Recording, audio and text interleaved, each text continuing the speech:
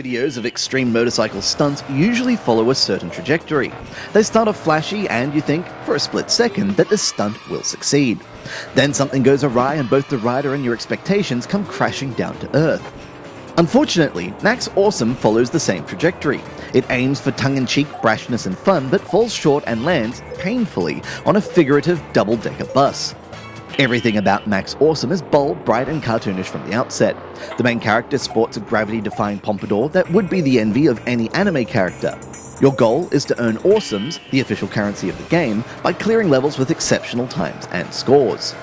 After revving up this enjoyably silly presentation, Max Awesome gets down to business with touchscreen controls. Forward and reverse arrows appear on the right of the screen, while the left side has a duck and jump button, as well as buttons for executing front flips and back flips.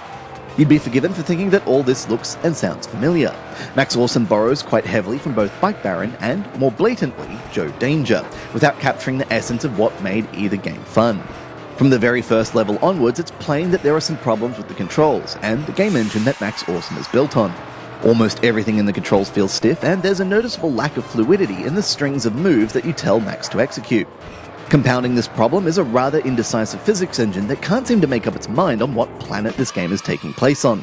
Certain ramp jumps will catapult your bike skywards in one level and barely register as a bump in the next. Annoying at first, this physics quirk becomes positively frustrating when the game tasks you with hitting targets that hover over jumps, launch platforms, and ramps. What should be a simple matter of timing a jump probably becomes an exercise in patience as you wait for the game's physics engine to figure out what it's doing. Unlike the Pocket Gamer Silver Award-winning Bike Baron, Max Awesome never really hits its stride. The graphics are blocky and subpar compared with other bike titles in the App Store, and the controls are rigid at best. Both of these factors make it difficult to recommend Max Awesome to any but the most devoted of stunt bike game enthusiasts, especially when there are better options available on the App Store.